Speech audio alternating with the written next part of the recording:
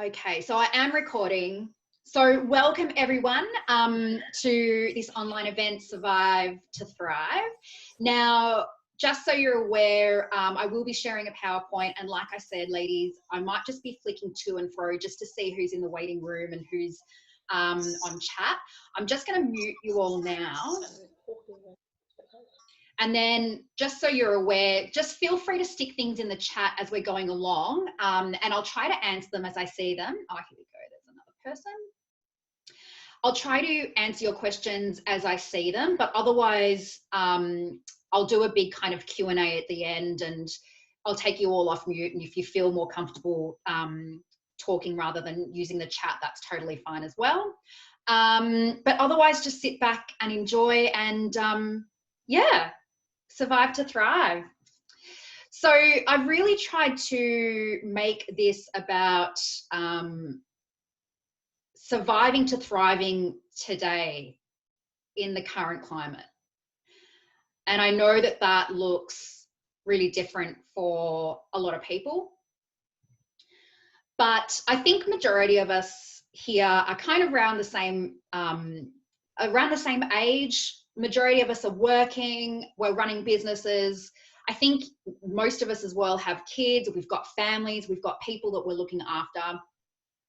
So hopefully you find this really helpful over this period of time, not just any other time or post self-isolation either. So hopefully this is something you can really apply to your life now, and really prepare you for what life might look like once we're out of self-isolation. Hopefully sooner rather than later. Although I have to say, there's been some really good positives too, which I think most people would agree with. So a little bit about me. I totally understand what is happening for people right now, because this was me a number of years ago. It's really this pandemic, I suppose, that has really made us understand that our day-to-day life as it was is just not sustainable. For some of us, it's a real juggle. It's working from home, kids, partners, looking after the family. Then on top of that, trying to stay fit and healthy, cooking, cleaning, you know, and then also now to throw into the mix, trying to also be somewhat teachers during the day.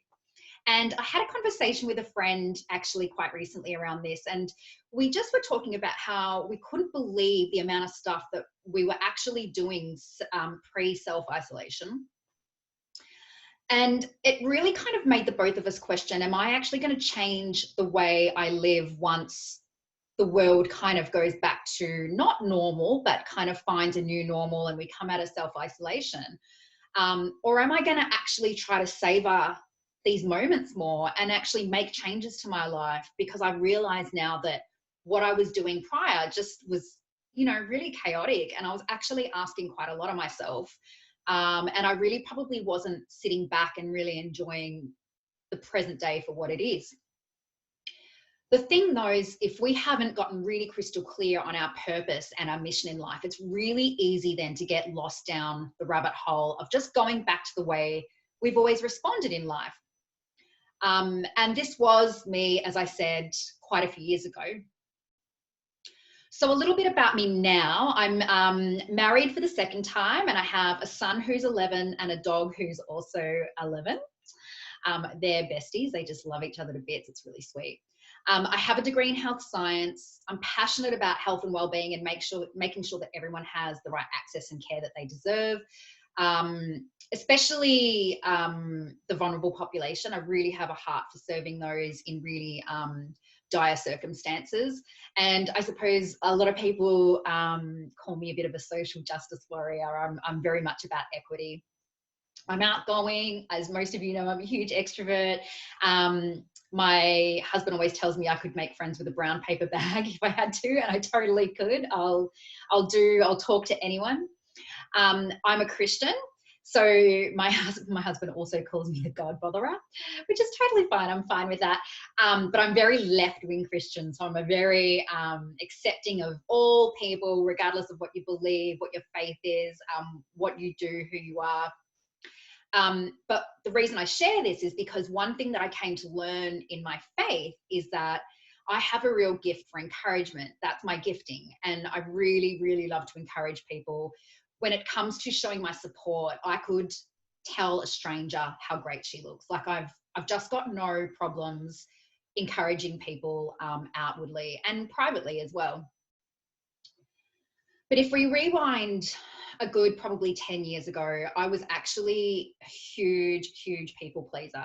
And this is something I still deal with every day. Like it's not something that I would say I've been cured from. I like to tell people I'm kind of a people pleaser that has kind of gone through the rehab stage. And I've learned how to deal with it a lot better.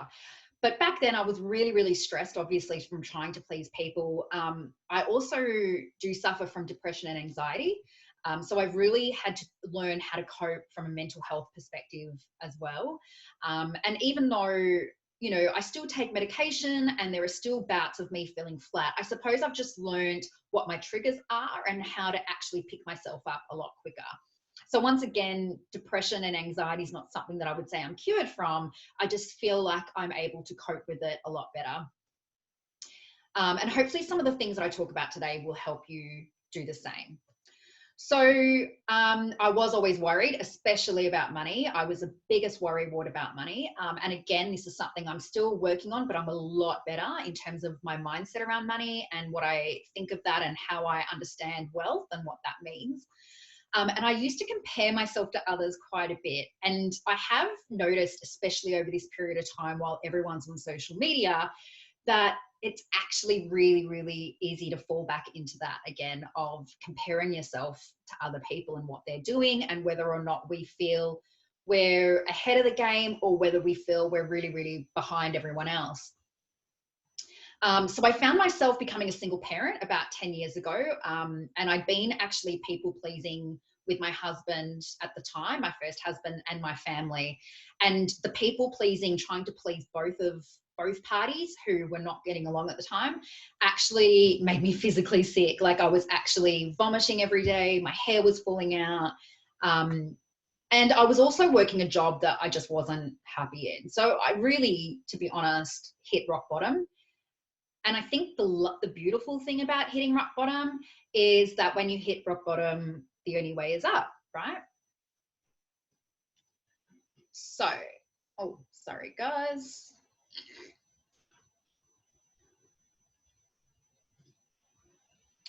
So I had to make a decision. It was either that I stay a single mum and I just stay I suppose or stay locked or stay kind of, I suppose, stuck or tied to the identity as just being a single parent. Or I could kind of go with more more towards the understanding that there was actually more to life and I didn't just have to be a single parent.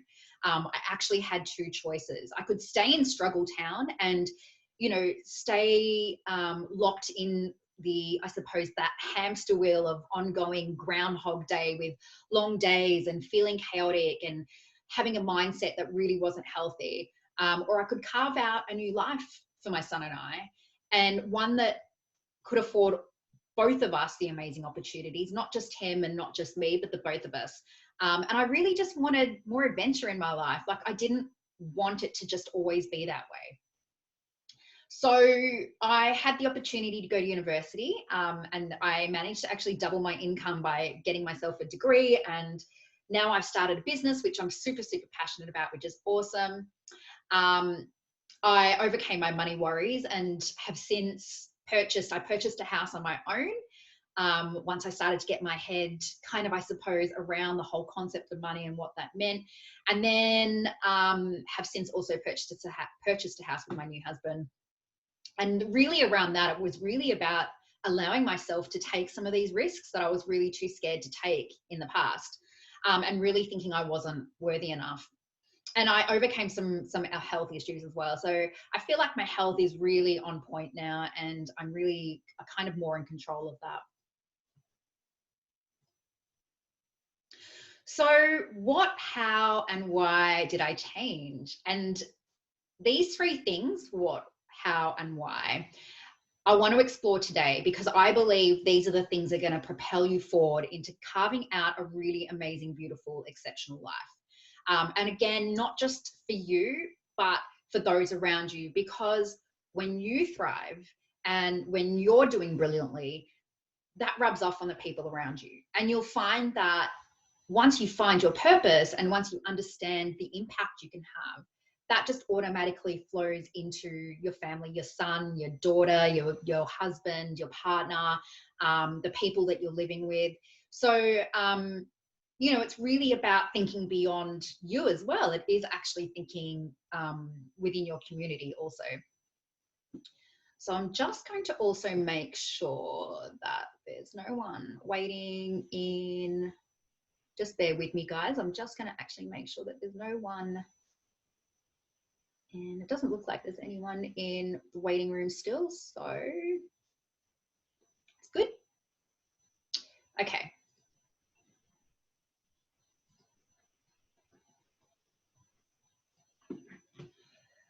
So the why. Why did I decide to change?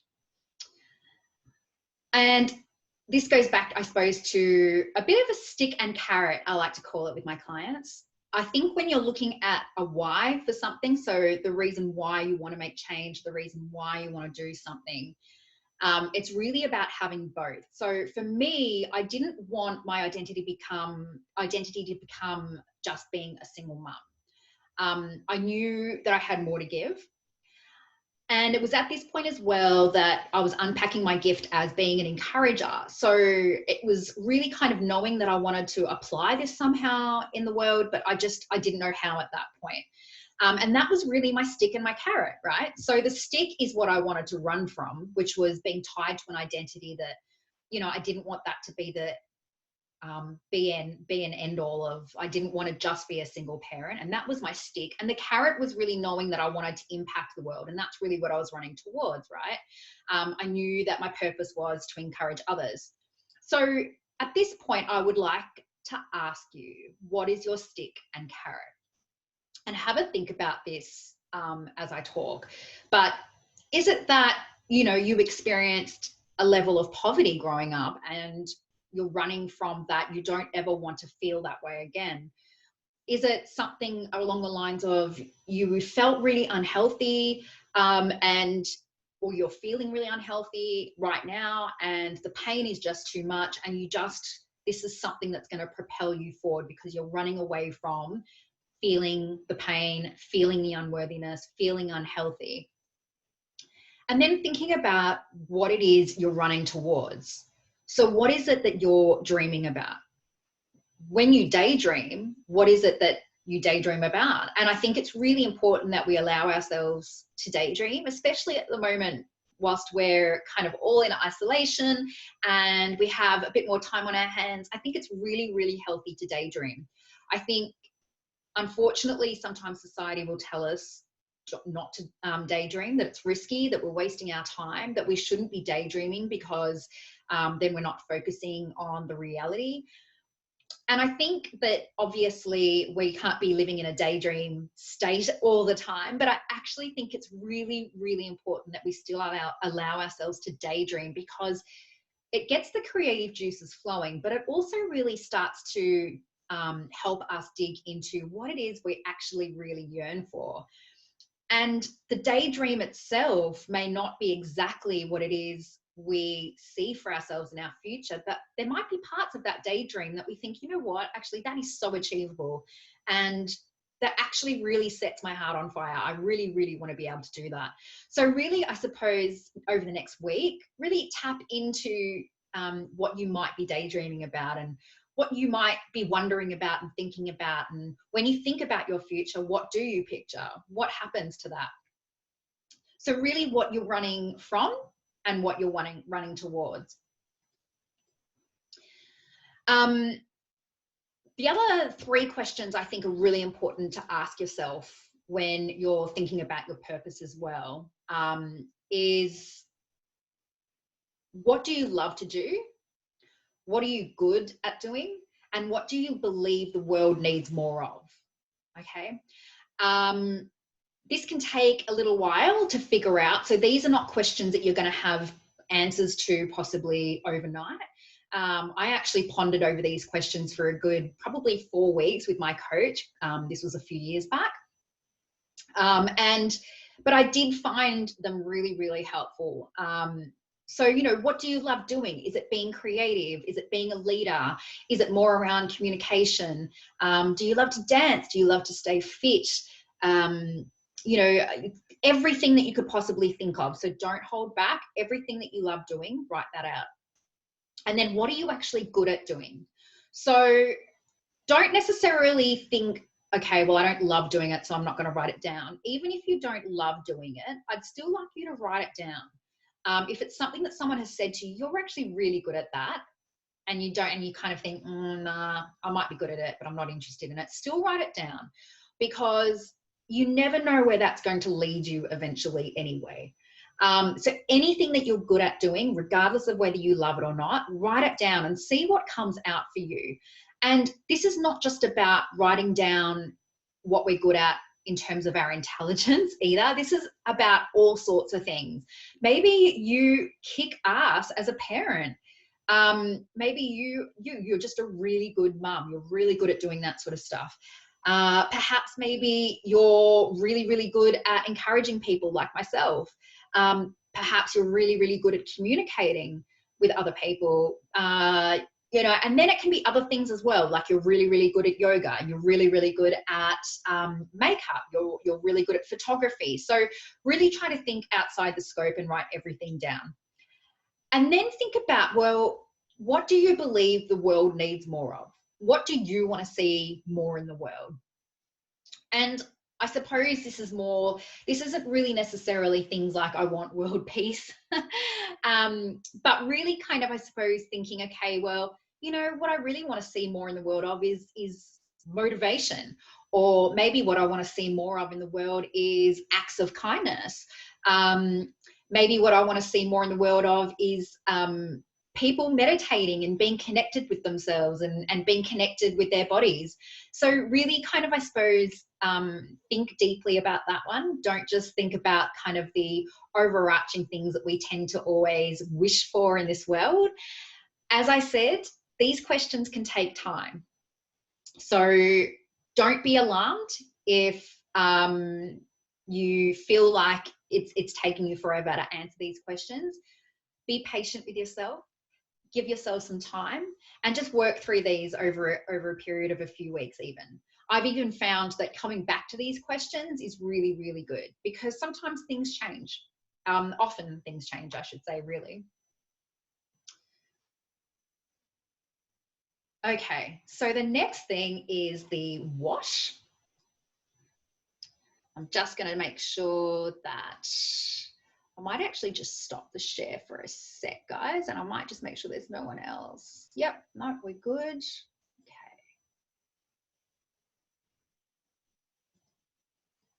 Okay. So the next thing is what. And for me, this was really about setting my boundaries. So when it came to setting my boundaries, the 3 things that I really realized were holding me back and were causing me a lot of anxiousness, and I suppose causing me to not focus on my boundaries and probably stretch myself way too thin. Oh, here we go. I'll just admit. Was people pleasing, like I said before.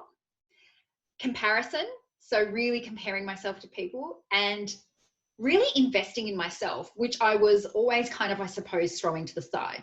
So I'm going to go through those 3 things now, one at a time. This particular picture really resonates with me. This is Sophia Loren and Jayne Mansfield, for those who don't know. And I was reading an interview with Sophia Loren the other day where she talked about what she was actually thinking when they took this photo of her looking at Jayne Mansfield's boobs. And her response was, well, she sat down at the table and I thought her nipples were going to fall out onto my dinner plate. And I just chuckled. I thought that was really cute. But I feel like as women, and especially as mums, we don't always do it intentionally. We don't compare ourselves to other people or other women or other mums intentionally, but it does sometimes happen, and we'll look at someone and we'll wonder, well, why don't I look like that? Why don't I behave like that? Why don't I respond like that? Why can't I make that sort of impact? So it's just something to really keep in mind and be really aware of. So people pleasing. This is one of my favorite subjects, because once I realized what people pleasing was all about, it really was a game changer for me. It really changed how I viewed my boundaries and how I applied my boundaries. And it really made me realize that it wasn't actually an act of selflessness. It was actually quite a selfish act on my part. When you say yes to someone and inside you're actually feeling a little bit bitter or anxious, or you're already coming up with excuses as to why you want to say no, then I would really ask yourself, do I really want to do this? Because I think a lot of the time we're just in the habit of saying yes to people, and then perhaps a couple of seconds later, 5 minutes later, or even that night or later that day, we think, oh, why did I say yes to that actually? So I would really invite you to, over the next couple of weeks, really, I suppose, when you say yes to someone, really think about that yes and what that yes means to you. The difference between people pleasing and serving others. People pleasing, and I know a lot of people don't like to hear this, but people pleasing can be a real ego thing, because when we're people pleasing, we're generally expecting something in return. And that's usually to somehow feed our own worth, our own self-value and worth. And I really, really noticed this in myself, that when I was saying yes to people, sometimes I expected something physical back. Like if I was babysitting my friend's kids, and I would think, okay, well, I've got one up on her so she can babysit my kids next time, or whatever it might be. But then there was also times where I was saying yes to things because I wanted someone to clap their hands, or I wanted someone to say how great I was for pleasing them or doing something for them. And I've really come to notice that about myself personally. And that's what's really, really helped me, I think, jump off the people pleasing train, is what I like to call it. So I would really encourage you to think about, when you say yes to someone, what are you expecting in return? Are you expecting anything in return? Because when we're actually serving genuinely, when we're serving people from a very genuine place, it's very, very different. And it's not people pleasing. You're actually doing it from a very selfless place. And really, because that's all about the fact that people are not in control of your life, you are, which is something we will talk about a little bit later as well.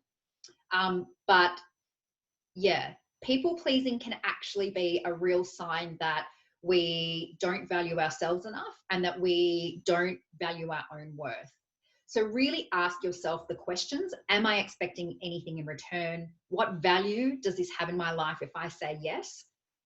And do I choose it because it matters to me? Is it actually propelling me towards my goals?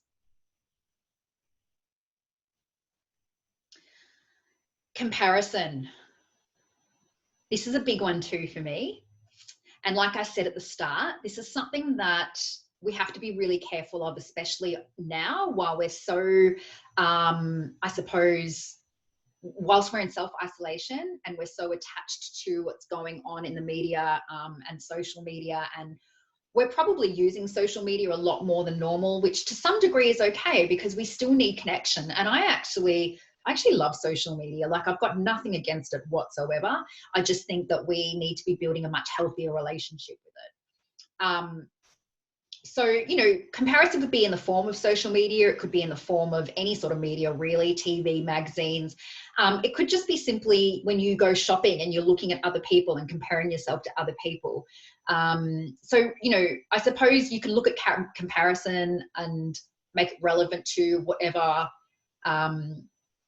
relevant to whatever works best for you. But for me, I'm going to talk more around social media, because I know that for women, that's really one of the burning points. Something that I thought was really amazing when I first heard this was that when we see people's lives on social media, especially on Instagram, we're actually seeing less than 2% of their lives, which is, I just think, is insane, that we would then compare ourselves to less than 2% of someone else. And I think that being able to remember that and remind myself of that when I'm on social media has been really super helpful, because, you know, it's always really good to say to yourself, look, you know, maybe what they're posting looks amazing, and maybe in that moment their life is fantastic and that is awesome. I'm happy for them, but that's not the full picture. So a couple of things I would recommend with social media is fill your feed with what feeds you. And this is something I say to my clients over and over again. A lot of the girls in my group and in my boot camp know that I say this religiously: fill your feed with what feeds you. So what I'm saying here is analyze, who do you follow at the moment on Facebook and Instagram, Twitter, whatever it is you're on, and really look at, are these people feeding you with good stuff? Or whenever you look at this person over and over again, are they causing you anxiety, or are you comparing yourself? Are you worried too much about, you know, what they're doing versus what you're doing?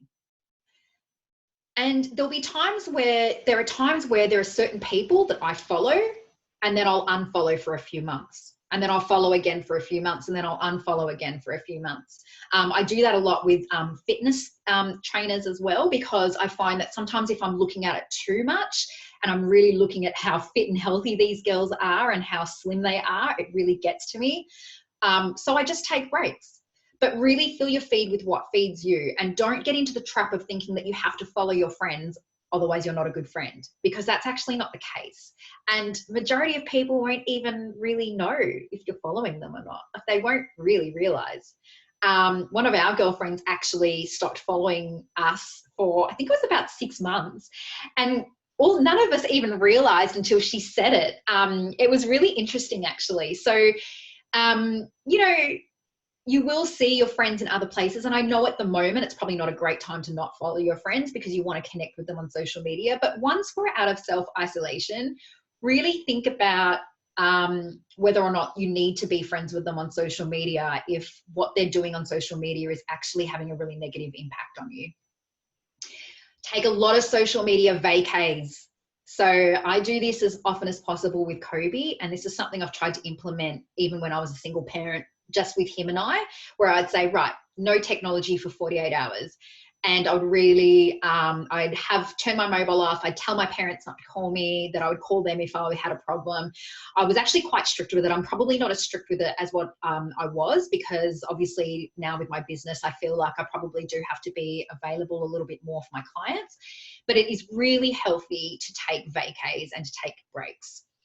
And set your media up so that you're only looking at it at certain days of the certain times of the day as well. So never, ever, ever, ever look at your social media when you first wake up. Morning routines are a huge thing of mine, and if you want to know more about morning routines, feel free to message me, because I can definitely help you with that. But it's not really something I'm going to delve into today. But setting yourself up first thing in the morning is so important. And the worst thing we can do for ourselves is jump on social media, because we are going to be bombarded with things that some things might be really motivational and really inspiring, and then there'll be some things that are not. And someone put it really, I really liked what they said. They said, this was a podcast I was listening to a few weeks ago. They said, would you like it if when you woke up first thing in the morning, you literally had 40 people standing in your bedroom shouting different things at you? You'd go crazy, right? You wouldn't allow that. You'd be like, get out of my house. What are you doing? It's first thing in the morning. So why do we do that? By looking at our phones first thing in the morning. And so I've actually tried to now not look at any social media for the first couple of hours. I tend to wake up quite early. So I wake up at 4:30 in the morning. Yes, I'm a little bit cray-cray. But yeah, I try to make sure that the first couple of hours of my morning are my sacred time. They're my peace time. And unless there's something I really need to get out there, or unless it's a real must for some reason, I will, but it's very, very rare that I do. And even now, I'm really trying to extend that a lot more. So there's been some really amazing studies around high performers and people that are very, very successful, that are actually kicking ass in their business as well online, but they're actually not on social media till midday, which is massive. Because I think a lot of us, especially us women in business, we kind of assume we've got to be online 24 hours, 7 days a week for it to work. But the studies are showing, and the reality is that we don't. It's just being a lot more focused when we are on social media, so that we can actually make the most impact at that point in time. So the last part of the what is investing in me. And this is something that I think as women, we forget to do. Some of us are very good at this, and some of us maybe not so much, and maybe just some things. So first of all, time. What value are we placing on time? Am I wasting time on things that don't allow me to grow or are helping me to progress? And what are the consequences of how I spend my time? So the best way to understand time is that the way that you're spending it is actually the way that you're choosing to spend it. Put the word choose in your vocab. So a lot of people will say to me, oh, but I have to work and I have to do the household chores and I have to look after the kids. And I'm like, yeah, you do. You choose to do that because the consequences of not doing that don't align with your values. So I choose to work because I don't want to be on the dole. There's nothing wrong with being on the dole, by the way, but I choose to work because I don't want to, and I want to actually provide more and more for my family. I choose to do the household chores. I choose to do the laundry and clean the house because I'm house proud, and I actually really, aside from the fact that I actually really find it quite therapeutic to clean the house, I told you I'm a bit cray-cray. I value my home. I really value my home and my space. You know, I chose to have a child, and it's not always convenient, and it's not always fun and rosy and fantastic. But, you know, I chose that. So I think it's really important that we start to actually look at how we're spending our time and how it aligns with your values. So when you're watching a lot of TV, and I put my hand up, I love Netflix. I've got nothing against Netflix or Prime or Disney Plus. I'm all over it. I love it. But I always ask myself now, what value is this bringing to me right now? Because if I'm watching it because I need to escape, or because I'm just bored, or because I'm feeling really emotional, is it really the best thing for me right then? Or should I be doing something else to help myself? And it's really good to also think about your time and how you might be multitasking. Because if you're doing too much at once, that's also something that can be really detrimental. And I'll talk a little bit about multitasking a little bit later as well. When it comes to money, the one thing that really helped me change my mindset was the fact that I'm happy to spend money on my family when they need it. So I never question medical bills for my son if he needs new glasses. I never question groceries or paying the mortgage. But why do I question investing in myself time and time again? Something that really resonated and that I suppose hit home for me was a couple of years ago, I had a really bad injury and I ignored it. I just kept thinking, you know what, I'm not going to invest in the chiro or the physio or the osteo right now. I don't have the money. We were going to Europe. Don't have the money, don't have the time. And it's money that I could be spending elsewhere. You know, really what it comes down to is I just probably should be stretching and, you know, getting a bit more healthier and fit.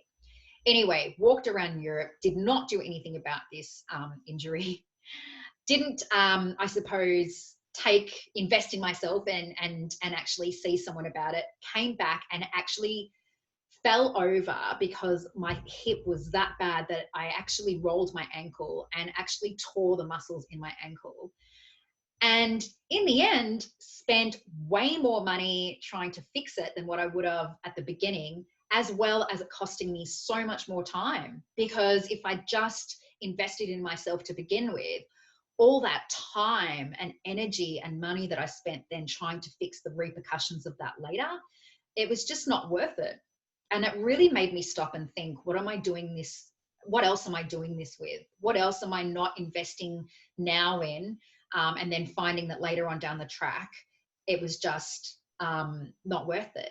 And again, something else recently for me that's been a really big game changer is I've just invested in employing a VA team. So I've got virtual assistants now that help me with my side business.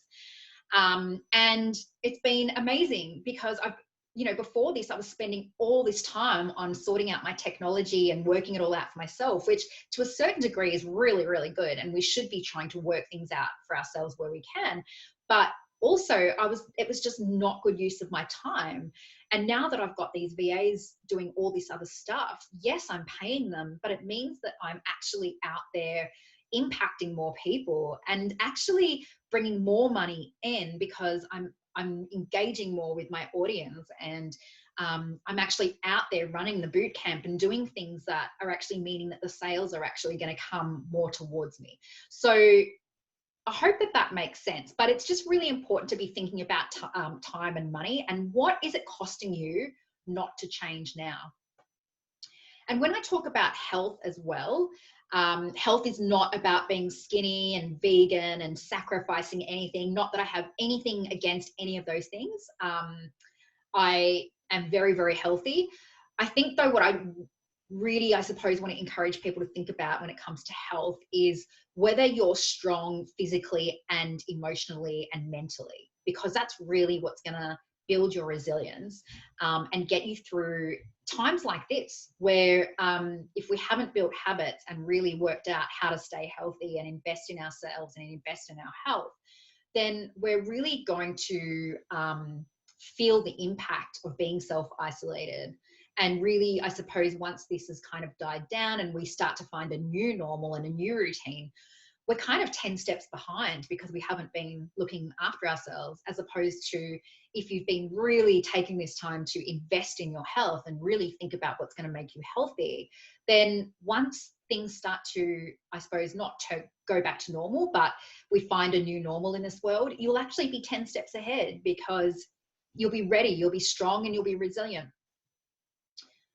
So in terms of investing in yourself, these are really the 3 things that I would think about.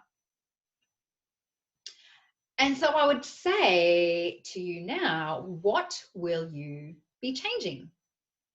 Is there anything in that really resonated with you and that you think, you know what, actually, yeah, I want to change that? Or is it something completely different? And I'd love to hear as well, just drop some stuff in the chat box if there's something else that I didn't cover then that you really want to change.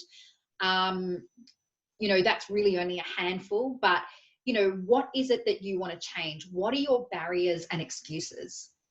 What do you know really needs to change in your life? What have you had enough of? You're done with. You can't be bothered doing this anymore. You know that you're not going to get the right outcome and you're sick of doing the same thing over and over. What is that one thing for you? And the last part, ladies, is the how. How are we actually going to do it? So we've looked at the why, your purpose, your carrot and your stick. We've looked at the what, which is what is it you want to actually change, your behaviors and your thoughts and your mindsets, and the way that you invest in yourself. And then it's the how. So these are the 3 things I did to make change happen in my life. And they're not the only things, but I see these as probably the most important 3 things that you can do to make some change. So these 3 things, focusing on what I could control, establishing new habits, and setting intentions, they really increased my resilience, and they really have set me up for making some really powerful decisions in my life. And really, I suppose, taking action and not necessarily waiting for perfection. And I now kind of refer to these things as the anchor in my life, because even when I'm having a crap day, which we're all still going to have, there's no such thing as being happy all the time. It just means that I feel more grounded by having these 3 things under my belt, because I'm still showing up every day, really just being the very best person I can be to everyone around me and to myself. So control. This was a big one, focusing on what you can control. So I don't know if any of you have heard of this before, your locus of control. Your internal locus of control is you have the ability to make the change. You can make things happen. There are a lot of people in this world that have they're just very much more inclined to have a more internal locus of control. I control my destiny. And then there's the external locus of control, where it's someone else's fault. That happened to me. Why do these things happen to me? I don't have control over what happens to me. I don't, that other person has said something or responded a certain way. A lot of people assume that you have to just be in the internal part of the locus of control to be the best person you can be.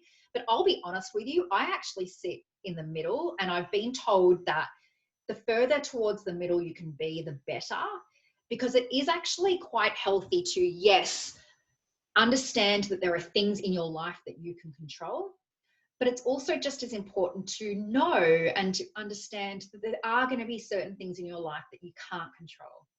And I suppose for me, having faith, and as a Christian, that's where I'm able to, I suppose, surrender things, because I believe in a God that does have full control. And for you, it might be something different. But really, I suppose it's just an opportunity at the moment to think about where you normally sit. What I usually get my clients to do is to list 3 particular worries or stresses that they have in their life right now, and kind of, I suppose, try to put those worries or stresses across this internal to external line. Where do they actually sit? Is this particular worry something that I can control, or is it something that actually is someone else's problem that I'm dealing with that I've got no control over? With the stuff that is inside of our control, it's really stuff that we really could be probably taking action on really quite quickly. And sometimes just by writing it down and knowing that it's within your control can be super helpful to actually getting it done. And then everything external is the stuff that you really want to let go of, that you can't control. And I'm going to go through some examples in a minute of things that you can't control. But really think about what your worry is at the moment. What are you most worried about? And where does it actually sit? Is it something that you have control over, or is it something that you don't? And it might actually be something that's in the middle. And being in the middle means that you actually have some influence over it, but not full control. So a good example of this might be that you really want this promotion at work. And you actually don't have full control over that, because you actually don't know for sure that your boss is going to give you that promotion. What you do have is influence. You can influence their decision by being the best person you can be at work, doing what you've been asked to do, managing the project really, really well, or hitting the sales target you needed to hit, or whatever it might be. So that's an example of something that maybe you have influence over, but not necessarily have full control over. And that's really important to understand as well. So when you're thinking about a worry or a problem, something you want to change or act upon, really think about where it sits on your locus of control, because if you can do that prior to doing anything else, and you work out that actually I don't have full control over this, it can be such a liberating feeling. Whereas if you work out that actually I have full control over this, it can mean that it's something you could just get done, tick off within 24 to 48 hours sometimes. So yeah, I highly recommend that you maybe even print this picture out and stick it somewhere. It's a really good one to be looking at throughout the day. So just some examples, things you can control. The boundaries that you set, which we've talked about, your sleep, your health, you know, the asking for help when you need it, how you speak to yourself, how you respond to situations, what you eat, and who you follow, which we've talked about. And then there are things also that are not your responsibility that you can't control. And these are things like other people's ideas, other people's opinions, the consequences of other people's responses and their opinions, their mistakes, their beliefs, words, you know, what's going on in the world right now. We have no control over that. And actually, this was something I discussed with someone the other day. You could really be using this whole concept in what's going on right now. So what's going on a global scale, we have no control over in terms of the virus itself. Maybe soon, hopefully, we have some control over it, but the virus itself, we've had no control over. What is happening on the other side of the world, me personally, I have no control over that. What's happening in my community, I have influence over. So am I helping to support the local businesses? Am I getting out there and being positive in the community online and doing what I can to, I suppose, help others and to offer my services and do the right thing by self-isolating? You know, I'm influencing my community. And then there's what you can control, what you're doing. And there have been a lot of things that people have been really saddened by. And I think there's a lot of bad things happening. There are people passing away, unfortunately, and people getting really, really sick and people losing their jobs. But there's also some things that are happening in the world for each of us that might not seem as big on the grand scheme of things, but they still mean something to us. So, you know, someone was telling me the other day that they're not going to be able to watch their daughter graduate. They're over in America and they're not going to be able to watch their daughter graduate, which was, you know, really heartbreaking for them. You know, I'm not going to be able to celebrate my 40th birthday the way I wanted to celebrate it. And yes, in the grand scheme of things, that's not huge. But, you know, I was sad and it was okay for me to be a bit sad about that. There were people that have had to cancel their holidays. And yes, they might feel selfish, you know, saying that. But you know what? It is sad that they can't do that. But it's really about thinking about, well, what can I control and what can I do right now to make this situation better for myself? So just something to think about and how to apply it with what's going on at the moment. Some habits that we can really start to build for ourselves. So I'm just going to talk about a few habits, but obviously there are so many things that you can be doing. The first one here is probably the most powerful, and it is something I make sure I do every single day, and that is gratitude. So practicing gratitude on a consistent basis actually alters your thought patterns. It actually stops you from thinking, or it helps you to think fewer negative thoughts, and it ultimately raises your level of happiness by doing that. So there is also a lot of study to say that it improves your sleep, it increases resilience, and it also increases your energy, which I really believe happens. And that's why I practice this in the morning, because I really believe that it increases my energy levels straight away. So even just writing one thing you're grateful for or thankful for every day, and really making sure that you really specify it.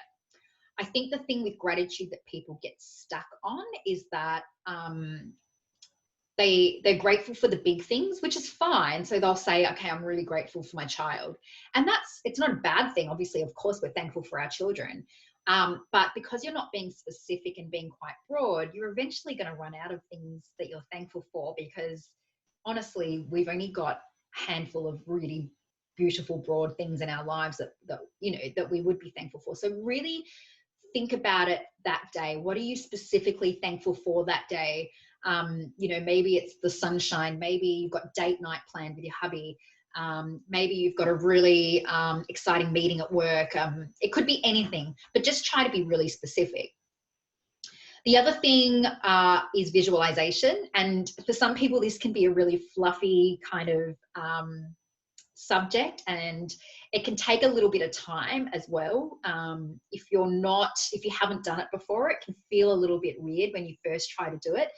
But I suppose the thing to know is that visualization actually does physically stimulate the brain regions that actually, so when we're actually subconsciously visualizing things, it can actually then consciously impact our conscious mind. So the brain regions that we actually stimulate are the regions where when we visualize an action and when we actually perform that same action, our brain can't actually then tell the difference.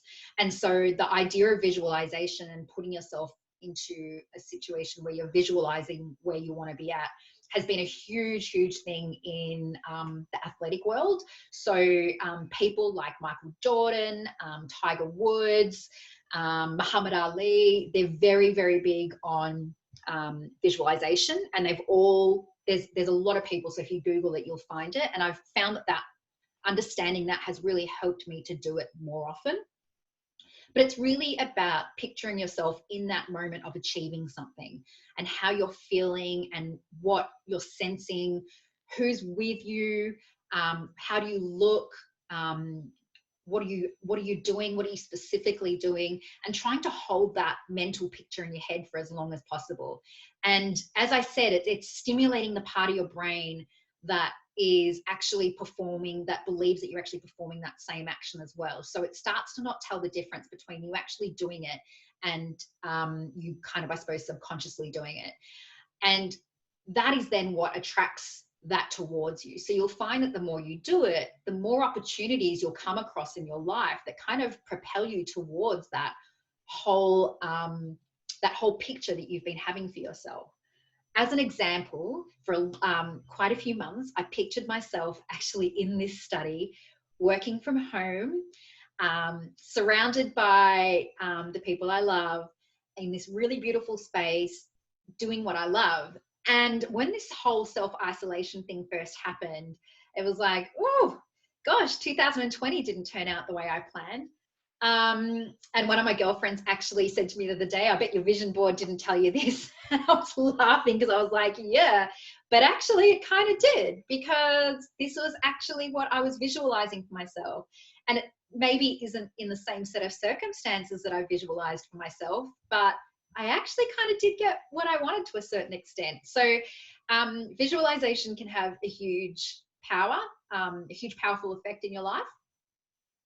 The other things as well that I recommend are mindfulness. I'm not going to really go into that. I think a lot of people are aware of how mindfulness can be really good for reducing your anxiety. Exercise, obviously, if you can do exercise in the morning and getting your metabolism working first thing, it makes a huge impact on the rest of your day. And the one thing that I really, really, really love to do is fuel your mind. So we often fuel our physical bodies. And what I encourage my clients to do is treat their brain like they would their physical body, fueling it with the stuff that's really going to nourish it. So things like podcasts, really inspiring podcasts that are really inspiring you and that are really motivating you and that are really kind of propelling you towards your goal. Books, reading the books that you know are going to get you in the right headspace, that are going to get you feeling good.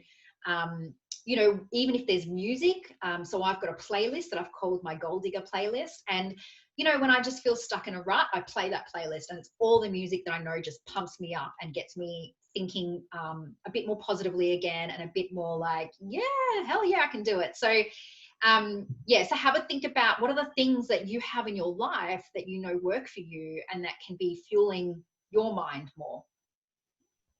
And I'd love to know if you girls have any other habits that you would really recommend. I also do a bit of yoga in the mornings, which I'm loving. And journaling's a really big one for some people as well. But, you know, there's really no right or wrong when it comes to creating really good, healthy habits. So, you know, Google is your best friend, guys. Just Google and see what other people are doing, because really there's quite a lot out there. It's really just going with the stuff that's really going to resonate with you and that's actually sustainable. You want to make sure that you apply a habit that you're going to stick with. if you try to apply a habit that you think you should do, but really doesn't resonate with you, you're going to find it harder to stick with it and to make it actually become part of your everyday life. Now, if there is one thing that you do today, one thing, this is the one thing that I would want you to take away from it.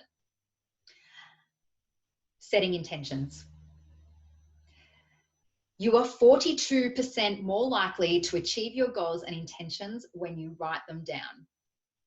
That's huge. 42% more likely is massive. I write my goals and my dreams every morning over and over again. Write things down. You also have a 65% higher chance of reaching your goal when you make yourself accountable. And when there's lots of ways you can make yourself accountable. It could be to someone else. It could be to your coach, to your doctor, to your practitioner, to your husband, whatever it might be. But just writing things down will also hold some sort of accountability to yourself as well. So setting intentions is really key to getting really focused and clear throughout your day. It actually raises your emotional energy, which then in turn obviously raises your physical energy. And by setting intentions, you're actually building confidence in yourself, because it means that your day is achievable and it's giving you purpose and it's giving you meaning. And so even when you actually don't get your intentions done, so say you've written a couple of intentions, things you wanted to try to get done that day and you haven't got them done, just at least having written them down to begin with has still given you the energy and the drive and the focus to still get through the day. And so nowadays, because there are still days for me where I haven't actually ticked everything off my list, but I actually still feel a lot better about my day, because I at least know that I've been focused and that I've been able to deal with what life throws at me with a much more clear mind and a much more focused mind. Now, I'm going to talk a little bit more about setting intentions, but before I do that, I'm not too sure if all of you have seen this, but I do have the Everyday Greatness Journal, which you can, if you click on this link, and what I'll do is when I share this Zoom recording, I'll put the links in there as well. But if you download this journal, there is an area, which I'll show you in a minute, whereby you can actually write down your intentions each day. So this was a planner, a PDF download that I put together at the start of the year that you can access. And I am looking at publishing this into hard copies soon, which I'm really, really excited about. So if you download this, please, any feedback you have, anything that works really well or doesn't work at all for you, please let me know. Because obviously I want to fine tune this and make this really, really, I want to make it the best it can possibly be for you girls once I do actually publish it and then sell the hard copies. I want you to be able to really use it every day and make it work, whatever's going to work. So please, any feedback you have would be great. But you'll see one of the days, and this is just an example that you can see now in front of you, is the daily page where you would actually write your intentions and what you're thankful for. No more than 3 intentions. And this is where I talk a bit about multitasking. Multitasking actually slows our brains down. Now, I used to be, I used to gloat quite a lot about the fact that I could multitask and how good am I can multitask, I'm a woman, we multitask really, really well, how awesome are we?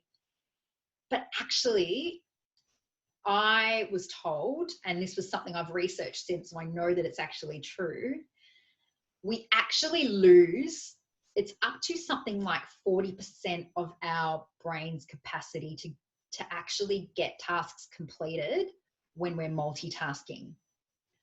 So us as women think we're doing really well multitasking. Imagine the impact we can have if we focused on one thing at a time. I was really, really nervous about not multitasking, because I always thought, oh gosh, if I don't do it all, then the day's going to be over and I've run out of time and nothing's going to have gotten done. And actually the exact opposite happened. When I was very intentional with my day, and I focused on completing things one at a time rather than trying to do a whole lot of things at once, I actually got way more done. Because honestly, the 3 intentions, and you might only set 1 intention or 2 intentions. There are days where, you know, what I've put down, I know is a big intention. So I might only put that 1 thing down. The reality is you'll get other stuff done. You will. It's just the way life is. And there'll also be days where you'll get none of your intentions done. But going into your day really clear about what it is you want to achieve and really focused makes all the difference as to how your day will progress. Setting your day up with intentions is key. I cannot say it anymore. It is key, and it's the one thing you take away from this. It's this setting intentions. So also in this place, obviously you've got on this particular page is you've got the area where you can actually write down what you're thankful for, which we've spoken about. And where I've got my mojo reminder, that's kind of, I suppose, my language for affirmations or incantations. And these are just things that I will say to myself in the morning when I first wake up, and also throughout the day. And I'm not going to go into affirmations too much, but this is also a really amazing habit that you can build.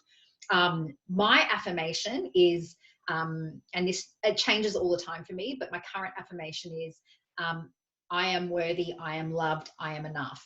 And it's really about telling yourself, repeating words to yourself that in the present tense, that you really want to believe. And it's not that you, I suppose it's not, you don't want to ever give yourself an affirmation that you don't somewhat believe a little bit. It might not be that you have complete confidence in what you're saying, but you know that what you're saying to yourself is achievable. And it's really, again, about rewiring our subconscious brain to actually train our conscious brain to actually put those things into action, and to really believe that. So you'll find that if you really start practicing affirmations and visualization and those sorts of things, that over time your subconscious is relaying all of this to your conscious, and eventually you're just going to believe it, and it's just going to become your world. And that's really, really powerful. There's also a space in the journal, I won't spend too much time on this as well, but there is a space in the journal where at the start of each week you can write what your goals are. Needle movers, these are the small steps of action that you would take to get you towards your goal. And these then translate maybe into intentions each day. So at the start of the week, usually a Sunday for me, I write down, well, what are the goals that I'm working on at the moment? And I try to focus on just one goal at a time. And then what are all the actions that I need to take that get me to progress towards achieving that goal? This is also a great place where you can put your habits. So if you're wanting to start a new habit, this is a great place where you can put it down and you can actually keep track of how you're progressing with that. And then at the end of the week, I have a bit of a self-reflection time, and I look back on my week and I think, well, what did I do really well? What did I not do so well? Why might have that been? What can I tweak next week to make this a better week? So I really encourage you to use that part. And there's also a part in the journal for keeping a food and exercise diary, which is really, really awesome too. So you can actually write and self-reflect on the food that you're eating, what you're fueling your body with, what the exercise is that you have planned, and what are some of the barriers that might prevent you from getting to exercise and how you can overcome that. So this was a really good one for me when I was doing 5:30 gym classes at the start of the year. And I found myself getting to the end of the day and thinking, oh, I'm too tired. I don't know that I can do this. But knowing in the morning, okay, I know that that's going to be an excuse that's going to come up for me. What can I do to overcome that excuse? And kind of not having a few tools in my belt to make sure that when it came towards that 5:30 mark, I wasn't feeding myself any bullshit. I was actually going to take some action and get it done. So just to recap, girls, your why, your stick and your carrot. This is going to help you with your purpose, right? What's your stick? What's your carrot? What's your purpose? And And purpose, as I said, does take time. So reach out to me at any point in time. I'm happy to chat with you about this. The what are you going to change? What is it you know you've had enough of, that it's just not working for you anymore? You know that this is it. You're at breaking point. Something's got to change. And then the how. What can you control? What habits will you build? What intentions will you set?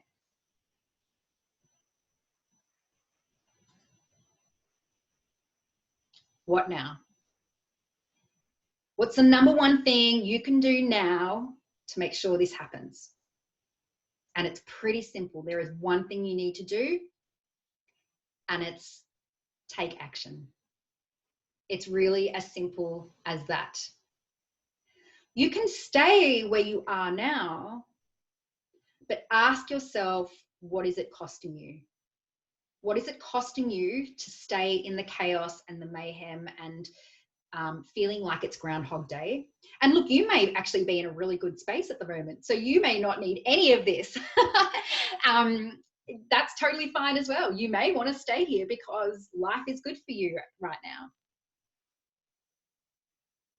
Or if you know you need to make a change, you can take action and make that change. And the thing about taking action is that it's not about waiting for perfection at all. I was a big perfectionist, and it is still something that I strive to overcome on a daily basis. But you are going to get further along taking action than waiting for perfection. If you've got something that you've really, really wanted to do, if you want to write a book and you keep putting it off because you keep thinking, I need to wait until the idea is perfectly wrapped up in a nice little neat bow, and I know that it's going to get published and I know that it's going to be really good. No, start writing today. Just start writing. Just take action. It doesn't need to look good right now. It doesn't need to be published material. It doesn't need to look pretty. You'll probably have to edit it a million times anyway. Just write. Just write it now. So what action can you take right now? Within, say, the next couple of hours even. It's all about taking action. So some of the actions you can take here is that obviously you can download the planner to help get you started. It's free, girls. Take it now while it's free. I'll probably always have it a downloadable option, obviously, for free for anyone. But, you know, get used to it now so that when the hard copy comes out, you can buy that and know that it works. The other thing that you can do is join my Everyday Greatness group. I really love this group. It's a great way to access these sorts of videos that I do for the girls. I do a lot of tips and insights into making, into building habits and making your day a really good day. We talk a lot about mindset and health and wealth, achieving goals. At the moment, I'm doing a little bit of a drive on finding joy over this time. So I'm trying to post a picture every day of something that I find joy in, because I feel like people really need to kind of stay in that headspace of finding joy. But I'm actually introducing a new concept into the group next week. I've been doing interviews in the background with some of my tribe. And really the new concept around Everyday Greatness is going to be to really start to share people's stories, women's stories, and hearing from my actual tribe. So testimonies are my absolute jam. I just get so inspired by hearing other people's stories and what it is that they've done, whether it's been, you know, good or bad, whether it's been successful or not. I think just listening and hearing about other people's journeys and learning from other people is so, so powerful. And I just really believe that sharing our stories and sharing our teachings and what we can learn from in other people is just hugely empowering for ourselves and for everyone around us. So yeah, definitely get on board with Everyday Greatness. Just click on that link and I just accept you into the group, and that's it. And then the other part of the action that you can take is if you want to jump on a call with me, I'm more than happy to jump on a call with you as well. These are also, my calls are also free. So they're usually about 30 to 45 minutes. And I would love to hear your story and really help you map out your why and your what and your how. You know, really getting you to, I suppose, uncover your purpose maybe a little bit and unpack what that means for you, overcoming some of your barriers maybe, and really what you may need to do to then create your dream life. So, you know, I suppose usually these calls are really, they're like a real roadmap for you. So I really kind of, I suppose, help to kind of determine where you're at right now, where you want to go, and the things that you might need to do to get there. So if you want to jump on a call with me, virtual barista, I'm calling it, coffee and chat via online. So I've just got a little bit of a, I've got a link there that you just click on. You will be asked a few questions. I just like to know a little bit about people before I jump on the phone with them. So just answer those questions and then you can book a time with me. You get my calendar up in front of you and you can choose what time suits you.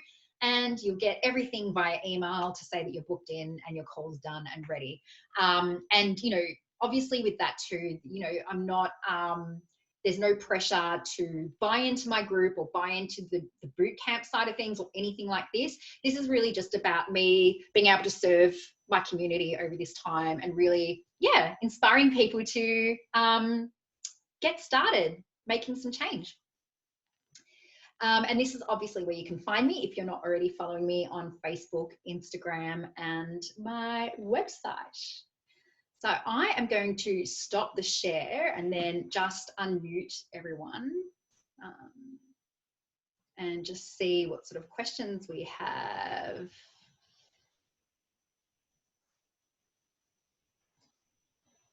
Awesome. How is everyone? It's nice to see your faces again. Hi, Rebecca. Oh, thanks, Kat. Did anyone have anything they want to share or any questions that they wanted to bring to me at all? No?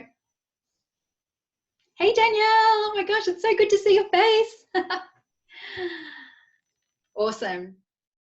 Thank you so much, guys. I'm going to end the recording. I'll make this available in my group. So if you're not part of the Everyday Greatness group, you know, if you can't find the link, send me a message. I'll send it through to you. And yeah, you can rewatch this over and over and over again. But thank you for joining me and thank you for your time. Oh, do you have a question, Kat? How do I oh, there you go. There we go. Sorry, I thought I'd unmute you all. There you go. That was so good. I've heard of something similar probably about two and a half years ago when I first started my business, pretty much like what you've gone through. And it was just a really good reminder, really good kickstart to things that I think I've become lost in my way at the moment. And just, it is mental and it is like, it's all over my head. But also starting to lose belief in myself as well. And yeah, I think my why, like I will go through a phone call with you. Yeah, sure. Because, nearly. Working with kids, eh? Yeah, and I'm just, even though I've dropped a day in my travel job because there's no one's flying at the moment, I just thought, beauty, you know, I'm going to have so much more time to work my business. And now what I'm finding is I've got to concentrate here. Yeah. And then the homeschooling is going to be for the next 5 weeks. And it's just having that time, either I need to make time either in the morning an hour, which I like to somehow incorporate some sort of exercise as well. And at nighttime, by the time the last one gets to bed, I've got an hour where I just want to chill, but I'm going to have to start working my business. So it's just what you said, it's just having to create a habit to put my second business in the forefront, because I know that's where the money's going to come in from, because it's a virtual business. Yep. So it's just having to, create some habit, a good habit, and I do enjoy it. Yeah. But I think I've been putting everyone else first before me and the business. Yeah. And it's funny you say that, actually, with the whole morning and nighttime thing. So I teach my clients around the whole morning routine, because that's really been a huge life changer for me, is waking up early and doing things in the morning. But really, actually, what that's about is physically, so there's two things. Our cortisol levels are higher in the morning, which actually means when we wake, we're actually more inclined to get more done, because we've got more energy. And then also our willpower. So what happens is, when we wake up, I think it's about half an hour after we've woken up, the chemicals in our body that give us the willpower are actually at their peak. And willpower will naturally taper off during the day. So it makes sense that if you really want to take some good focused action, you do it early on when your willpower is there, and you set yourself up as well as you can, so that as your willpower is tapering off throughout the day, you still know where you're at, and you know what barriers you need to overcome, and you're not. I mean, we all know what it's like, especially, I don't know for you girls, but for me, chocolate at night, I've got no willpower. Like, I'm just but I know that in the morning, I've written out my food diary, and I've actually become accountable to what I'll allow myself. And it's not about sacrificing things, but I've said to myself already that day, no, this was my treat. I've had my treat. I don't need any more now. I'm more inclined to have that willpower that evening to do that, because I've used that time in the morning to be really kind of conscious and focused, and really thinking about what it's going to look like for me later on. Yeah, so thinking about mornings is actually really, really powerful. Yeah, I think it's the whole finding, because everyone works differently, but finding where you actually peak and what you're working. And I know when the kids are at school, and I do have my 2 days off, that I'm more, in the mornings, that chunk, more productive. But now I found that I've lost that, and I've got to find a new spot for it. Yeah, yep. It totally. And it could be that it does work better for you that, I know some people that find lunch breaks the best time for them to actually sit down and get themselves focused for the next 24 hours and kind of do it that way. I mean, you do have to find what works for you, but I find that even just by starting small, and even just having, say, 5 to 10 minutes somewhere scheduled in your day, and then just allowing that to grow. Because I know I initially just started with 15 minutes every morning, and now I'm doing an hour. And obviously that's because I'm also using that hour to do some business related stuff as well. But yeah, it just takes time, and you've got to really find the stuff that really resonates with you, because that's what's going to make it stick. If you're going to try to do things that that you thought maybe you should be doing, but you weren't really into, and maybe, you found that you weren't enjoying as much as you thought you would, they're not necessarily going to stick. They're going to be a lot harder to sustain. So just be really mindful of choosing things that, focusing on things that you can keep up to some degree. Yeah. Awesome. I think just adding on to what you just said, I think that's where I find it's really hard. Yeah. Is actually having consistent time. Yeah. Because it feels like usually something, unaccounted for happens. It could be one of the kids, or an extra night shift for my husband, or I don't know, I'm not feeling very good that day, whatever it is. There seems to be more of that happening than more that just, stops me in my tracks, and I get really, disheartened and totally just, throw your hands up in the air kind of Mm. You know. Yeah. And that's the thing, like, I think that's what's really important too, in terms of making sure that you've built yourself some sort of anchor, because we really don't know what our day is going to throw at us. And there's so many times when my intentions don't work out, and that, you know, like it's the reality of life. But it's building your resilience up enough that when life does throw a curveball, and that when your days don't go as planned, you're just not sinking as deep as what maybe you used to. So it's really good to be aware of that. It's really good. An example actually I have of this is Ben's mum passed away last year, but she had cancer for about 6 months, and it really, really, obviously when someone you're close to gets really sick, your life changes completely. But the one thing that I noticed was, because I'd already built up a morning routine and I didn't let that go, and I built up that 20 minutes to myself every day, I was very sad, obviously, and it was a tough time. It wasn't that it made the time less tough, but I dealt with it better and I responded better. And I didn't let it get to me as much, because I built that time for myself, and it was kind of, it just became my anchor to my day. I was still focused. I was still clear. I was still, I was just more okay with things being the way they were, because, you know, we're not going to be happy all the time. Just, yeah, it's life. But I think if we can be realistic about what we're doing and putting some really good sustainable things into action, that's what makes the difference. Yeah. Yay. Thanks, girls. Well, I'm going to end the recording, but yeah, like I said, I'll pop this on in the group, and yeah, I'd love to see you all in there, and I'd love to hear more about you girls and what's going on for you, and PM me if you have any questions. Okay, thank you. Thank you. Thanks so much. Guys, Thanks, Nat. It was lovely. See ya. Thank you. Bye.